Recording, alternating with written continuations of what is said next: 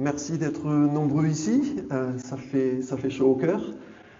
On va passer un moment où rapidement je vais vous présenter un petit peu pourquoi on a créé une liste, pourquoi on s'engage pour la ville. Et puis après on aura un échange questions-réponses sur le programme plutôt que de dérouler un programme qui est quasiment terminé, ou qui est terminé, qui est juste en phase de rédaction et de mise en page. On va échanger là-dessus, ça sera plus vivant.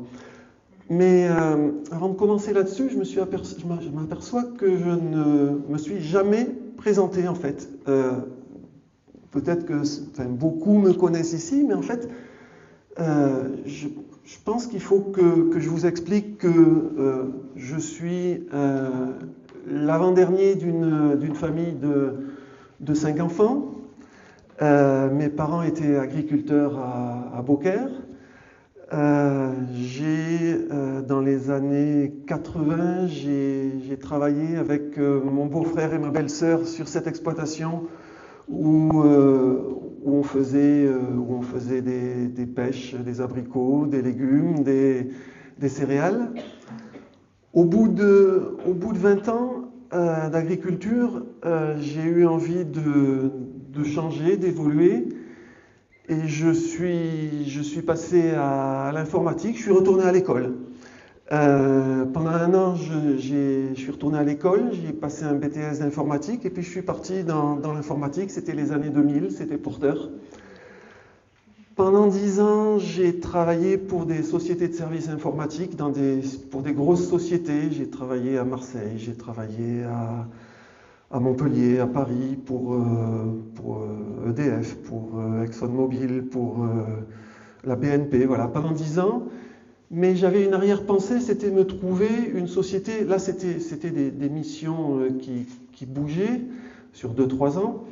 J'avais envie de me stabiliser et au bout de 10 ans, j'ai trouvé à Avignon une société qui m'a embauché en direct, une grosse société, une multinationale de l'agroalimentaire, dans laquelle je suis rentré.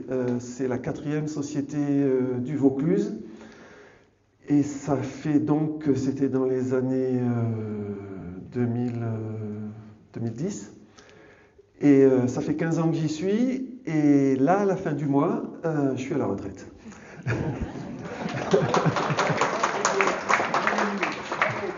Alors, lundi dernier. Je suis né en 1959, si ça peut vous dire, donc je crois que je la mérite, ma retraite. Qu'est-ce que je peux dire ? Pourquoi je m'engage ? Déjà, j'avais des parents qui étaient déjà dans le collectif. Ils étaient déjà dans l'agriculture, ils travaillaient pour le système coopératif. Ils ont aidé à créer des structures de système coopératif. Et puis, ils étaient aussi au niveau du diocèse actif. Et je pense que, comme on dit, les chiens ne font pas les chats. Quelque part, quand on a des parents qui travaillent pour le collectif, on en prend quelque chose.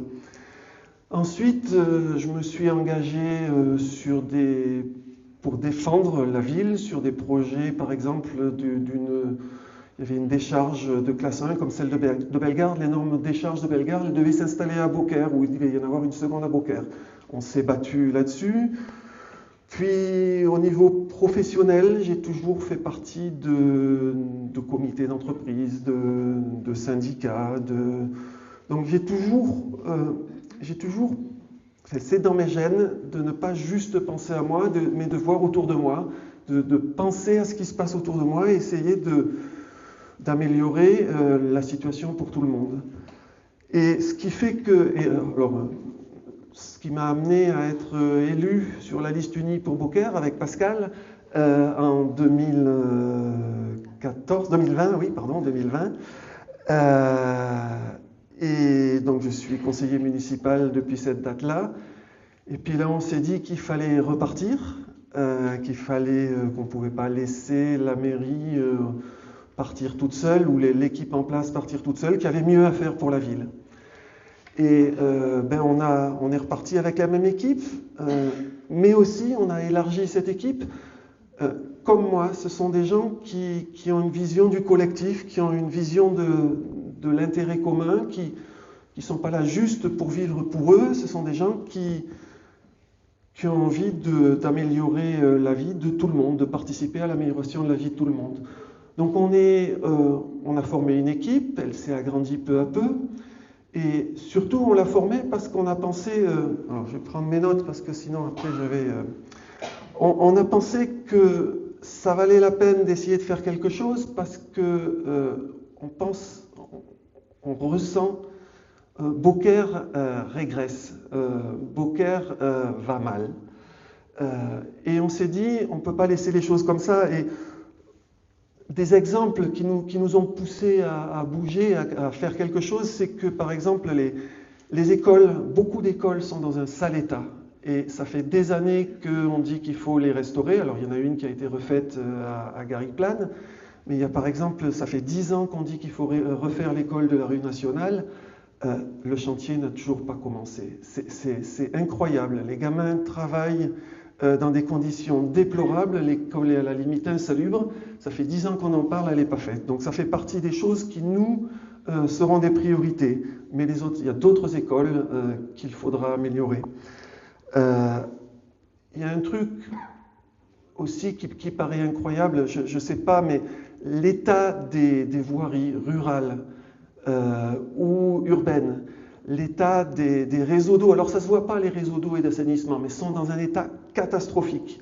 Et normalement, les routes et les réseaux, ce sont des choses dont on s'occupe régulièrement, parce que ce sont des investissements lourds, et si on ne s'en occupe pas régulièrement, ça repousse ces investissements sur les générations futures, et ça, quelque part, ça ne leur laisse pas le choix. Ils seront obligés de mettre toute leur énergie sur de la réfection de choses qui n'ont pas été entretenues régulièrement.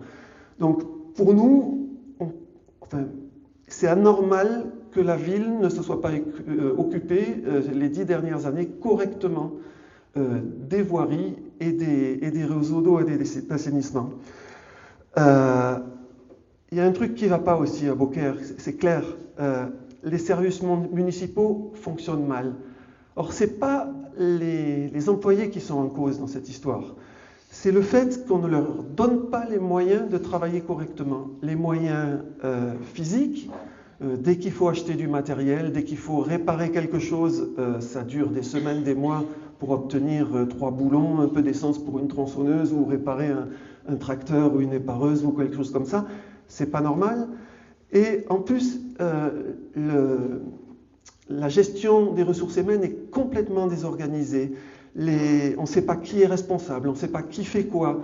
Il y a eu énormément de turnover, des personnes qui sont arrivées, qui sont parties. Beaucoup d'anciens cadres de la ville, ne pouvant pas travailler correctement, se sentant brimés, se sentant dans l'incapacité de faire leur travail, sont partis. Ce qui fait qu'il y a une perte aussi de compétences énorme. Donc là aussi, il y a quelque chose à faire. Et puis, on a des maires qui nous ont dit que la paix sociale ne s'achète pas, elle s'impose.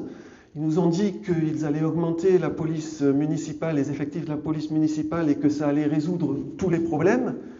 Bon, les incivilités sont toujours là parce qu'en fait, la police municipale ne peut pas tout résoudre.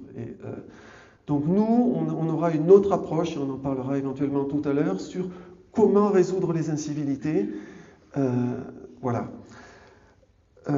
Et puis, ça, je vous ai parlé de gros sujets, mais en fait, gérer une ville, c'est d'abord entretenir, réparer, maintenir en état ce qui existe. Et justement parce que les services municipaux n'ont pas les moyens de le faire. Parce que la ville, pour présenter à l'extérieur de la ville des comptes plutôt en bon état, limite les investissements qu'elle fait à l'intérieur pour entretenir l'existant. Donc à l'extérieur, la ville présente des comptes corrects. Elle dit... alors, elle en profite, hein, elle fait la propagande du parti, tout va bien, le parti Rassemblement National sait gérer les villes, mais quand on regarde en détail, il y a plein de choses qui ne sont pas faites, et c'est au détriment des Beaucairois. Alors, à partir de là, on se dit, Beaucaire mérite mieux, on monte une liste. Et puis, on va vouloir que la ville, bon, évidemment, soit plus propre, soit vivante. Quelque part, en ce moment, la ville, elle est tournée vers le passé. Elle ne regarde pas à l'avenir. Elle ne prend pas en compte les évolutions aussi du climat.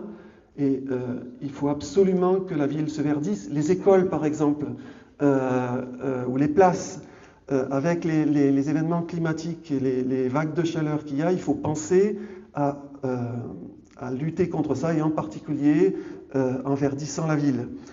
Mais voilà. Et puis, il faut aussi, c'est bien, les équipes actuelles s'occupent beaucoup des anciens, elles font beaucoup de choses pour les personnes âgées comme nous, hein, comme moi, hein, quelque part, mais les jeunes, on a l'impression qu'ils ne sont pas du tout pris en compte. Et pourtant, les jeunes, c'est l'avenir de la ville. Et donc, on va avoir un œil, on va avoir une attention particulière vers les jeunes pour qu'ils se sentent bien dans cette ville, pour qu'ils aient envie d'y rester. Parce qu'il faut qu'ils restent, sinon ils vont se dire, mais c'est quoi cette ville où on ne s'occupe pas de nous, on ne prévoit pas les équipements pour nous, et on pourra en parler tout à l'heure de ces équipements. Et ils partent, et c'est dommage.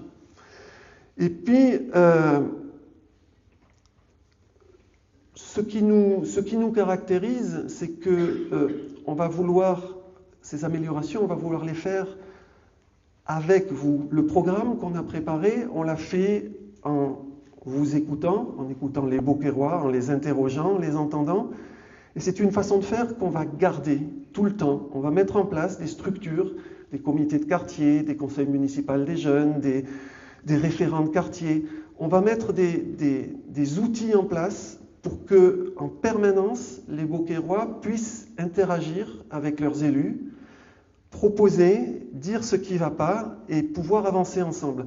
En ce moment, ce n'est pas du tout comme ça que ça se passe. En ce moment, il y a des décisions importantes qui sont prises. On ne sait pas d'où elles viennent, on ne sait pas comment elles ont été prises, et c'est dommage. Donc, ce qui nous caractérise, c'est de vouloir travailler le plus en amont possible avec les Beauquerrois.